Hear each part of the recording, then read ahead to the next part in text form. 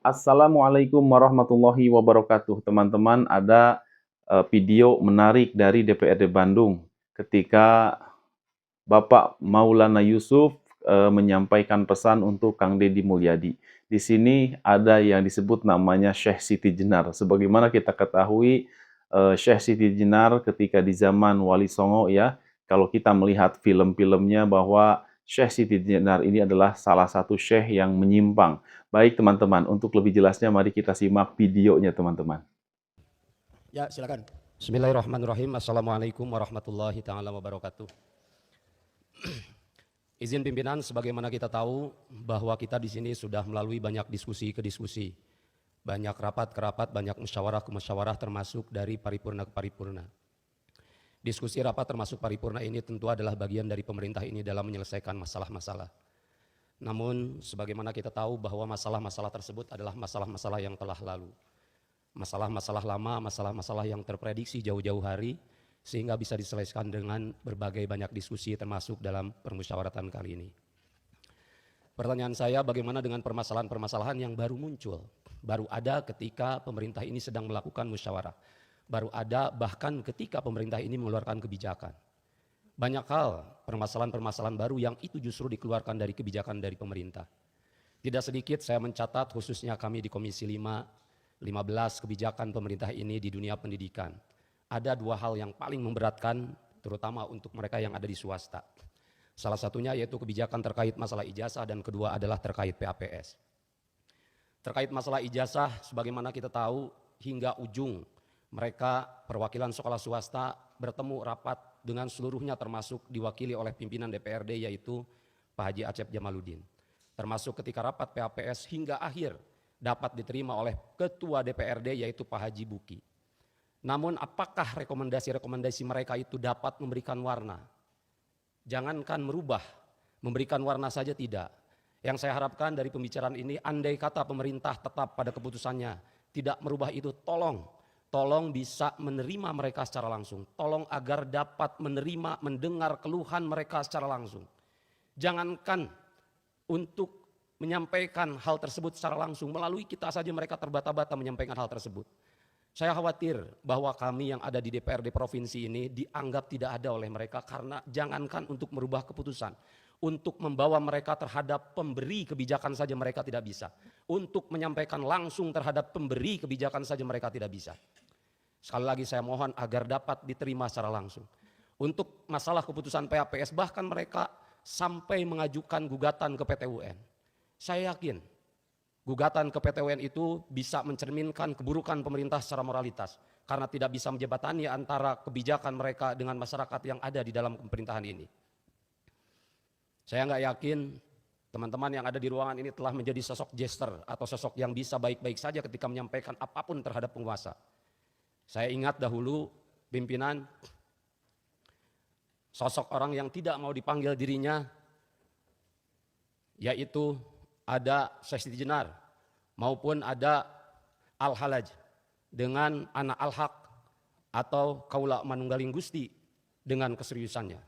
Maka pada hari ini di tengah kelakarnya kita bisa lihat bahwa kemarin Pak Gubernur tidak mau dipanggil gubernur, ingin dipanggil raja ketika ada kelakar, tidak ingin mengobrolkan anggaran bersama teman-teman di DPRD. Maka pada kali ini di tengah kelakar berikut keseriusan, kita yang ada di sini bukanlah anggota DPRD, tapi para waliullah yang akan selalu ada membisiki para raja. Sekian dari saya, wallahul muwaffiq ila aqwamit thoriq. Wassalamualaikum warahmatullahi taala wabarakatuh. Itu tadi teman-teman video dari DPRD Jawa Barat ya, Masya Allah ya, ternyata begitulah ya para anggota DPR ketika memperjuangkan rakyatnya di hadapan pimpinan sidang.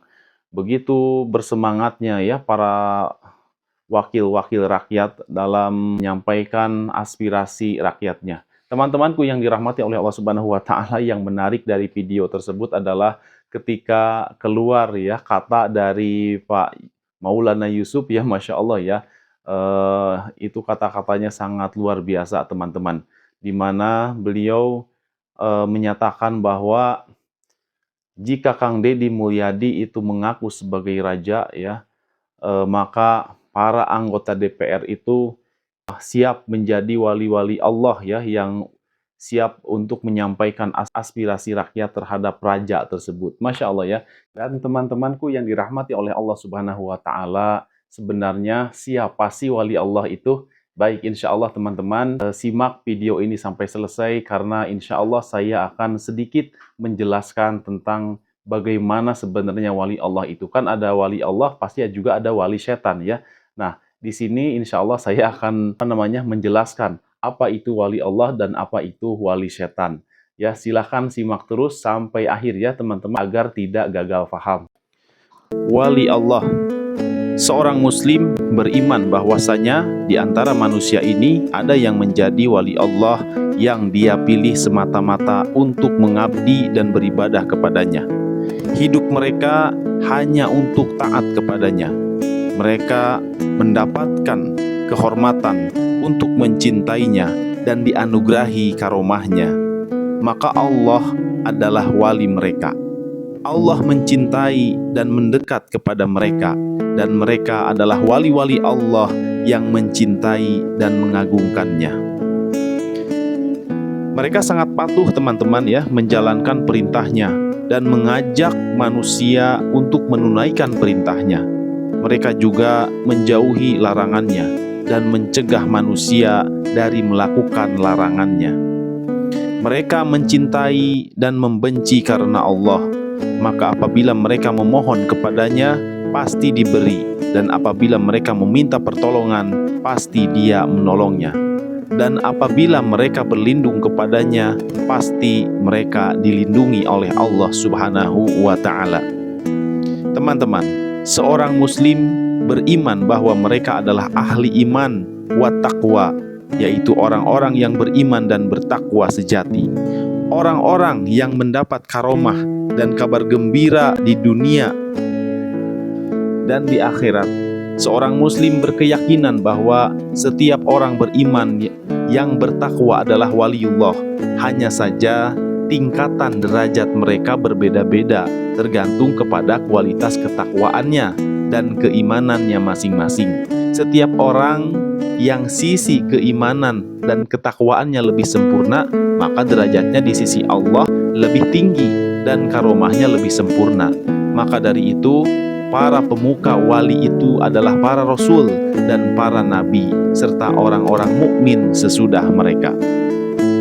Seorang waliullah beriman bahwa apa yang ditampakkan oleh Allah Subhanahu wa Ta'ala pada mereka berupa karomah, seperti makanan sedikit bisa menjadi banyak, penyembuhan berbagai penyakit, berjalan di atas lautan, tidak terbakar api, dan lain sebagainya, adalah bagian dari jenis mukjizat yang Allah berikan kepada waliullah. Hanya saja mukjizat itu selalu dibarengi dengan tantangan, sedangkan karomah tidak harus ada tantangannya dan tidak terikat dengannya. Seorang waliullah beriman pula bahwasanya karomah yang paling agung itu adalah sikap istiqomah atau konsisten di dalam menjalankan ketaatan terhadap Allah Subhanahu wa Ta'ala. Tekun mengerjakan perintah-perintah agama dan menjauhi segala yang diharamkan oleh Allah Subhanahu wa Ta'ala. Iman yang demikian itu dilandasi dalil-dalil teman-teman ya. Informasi dari Allah Azza wa Jalla tentang para walinya dan karomah mereka, seperti di dalam firman-Nya. Allah Subhanahu wa Ta'ala berfirman, yang artinya, ingatlah, sesungguhnya wali-wali Allah itu tidak ada kekhawatiran terhadap mereka, dan tidak pula mereka bersedih hati, yaitu orang-orang yang beriman dan mereka selalu bertakwa. Bagi mereka berita gembira di dalam kehidupan di dunia dan dalam kehidupan di akhirat. Tidak ada perubahan bagi kalimat-kalimat atau janji-janji Allah. Yang demikian itu adalah kemenangan yang besar. Al-Quran di surat Yunus ayat ke-62 sampai dengan ke-64. Dan di dalam surat Al-Baqarah pun Allah Subhanahu wa Ta'ala berfirman, yang artinya, Allah pelindung orang-orang yang beriman. Dia mengeluarkan mereka dari kegelapan kepada cahaya. Begitulah teman-teman ya, waliullah adalah orang-orang yang beriman terhadap Allah Subhanahu wa Ta'ala dan menjalankan perintah dan menjauhi seluruh larangannya. Teman-temanku yang dirahmati oleh Allah Subhanahu wa taala, saya memiliki pengalaman teman-teman ya. Saya pun nggak tahu dia itu waliullah ataupun bukan ya, ataupun hanya seorang biasa. Yang jelas, saya memiliki pengalaman menarik dengan beliau ya. Beliau adalah orangnya memang sholatnya rajin, terus hormat terhadap orang tua dan penyayang juga terhadap teman. Kemudian berbicara juga dia tidak menyakitkan. Pokoknya orangnya supel banget teman-teman ya. Enak untuk dijadikan teman. Dan kadang-kadang dia juga mengingatkan ya kepada kita dengan cara yang lembut ya untuk melaksanakan amal-amal kebaikan dan juga untuk menjauhi yang dilarang oleh Allah Subhanahu wa taala. Pernah terjadi suatu ketika ya, ketika saya sedang berada bersama beliau, kemudian nggak tahu lewat ya, saya dan beliau tuh sedang duduk di satu tempat ya. Ketika itu juga lewat seorang yang sedang hamil. Ya, yang sedang hamilnya ini saya kenal teman-teman, dia juga masih, teman kita juga ya. Nah, si perempuan ini hamil, kemudian lewat di depan saya dan di depan teman saya itu ya, yang saya bilang rajin ibadah itu. Nah, ketika, si perempuan hamil tersebut lewat di hadapan saya dan teman saya itu, dia seperti merendahkan saya dan merendahkan teman saya itu teman-teman ya. Dia sikapnya pokoknya dia seperti gimana ya, melihat saya tuh kayak nggak tahu melihat ke teman saya ya, kayak merendahkan banget. Dia bilang gini sambil memegang perutnya ya teman-teman, sambil mengusap-usap perutnya dia bilang, mit amit," dia bilang gitu, "mit amit." Sampai kedengeran ya, saya pun agak tersinggung juga ya. Kok dia lewat di depan saya, dia pegang perutnya, dia bilang, mit amit," ya. Itu maksudnya ke saya apa ke teman saya pun tanda tanya ya. Ah, kalau ke saya apa masalahnya? Mungkin saya juga nggak tahu ya. Karena namanya juga orang ya, kita tidak tahu dia punya masalah apa seperti itu, kita tidak tahu. Yang jelas, saya pun kenal orangnya, pas lewat di depan saya, dia bilang, "Amit amit, amit amit," sambil mengusap, si perutnya yang sedang hamil. Teman-temanku yang dirahmati oleh Allah Subhanahu wa taala dan apa yang terjadi ya, ketika bayinya lahir ya, kita pun tentu menginginkan ya, seseorang itu semua lahir dalam keadaan normal ya. Akan tetapi qadarullah teman-teman ya, eee, anaknya lahir dalam keadaan normal, tetapi ketika anaknya sudah mulai, bisa bicara, kemudian sudah mulai, apa namanya, usia-usia udah mulai tumbuh ya, di situ baru kenampakkan teman-teman ya, maaf ya teman-teman, jadi anaknya itu ternyata autis teman-teman ya. Jadi agak sedikit lambat dalam perkembangan ininya, perkembangan mentalnya agak sedikit lambat. Jadi anaknya autis dan qadarullah ya, itu terjadi kepada anak perempuan tersebut teman-teman ya. Itu saya menyaksikan sendiri. Dan sekarang ya mudah-mudahan Allah cepat sembuhkan ya anak tersebut karena memang mungkin atas ketidaksadaran ibunya ya yang telah merendahkan, nggak tahu itu merendahkan saya atau merendahkan teman saya juga tidak tahu, walau alam. Yang jelas ketika itu ada saya dan ada teman saya yang rajin ibadah itu teman-teman. Padahal dia begitu menjaga ini ya, begitu menjaga adab terhadap orang lain. Ya mungkin namanya juga manusia, ketika ada ya orang yang melakukan amal soleh salah, ketika ada yang berbuat salah juga salah. Jadi memang manusia itu selama hidup akan selalu ada orang yang pro dan kontra, itu teman-teman ya, pelajaran hidupnya. Jadi ketika kita memang, menghadapi orang-orang yang seperti itu, ya jangan dilawan begitu aja ya, biarin aja teman-teman ya. Karena khawatirnya kita lah nanti yang berbuat zolim terhadap orang tersebut. Maka dari itu teman-teman, untuk waliullah ya, wallahu alam teman saya itu sekarang masih ada ya, masih hidup alhamdulillah. Dan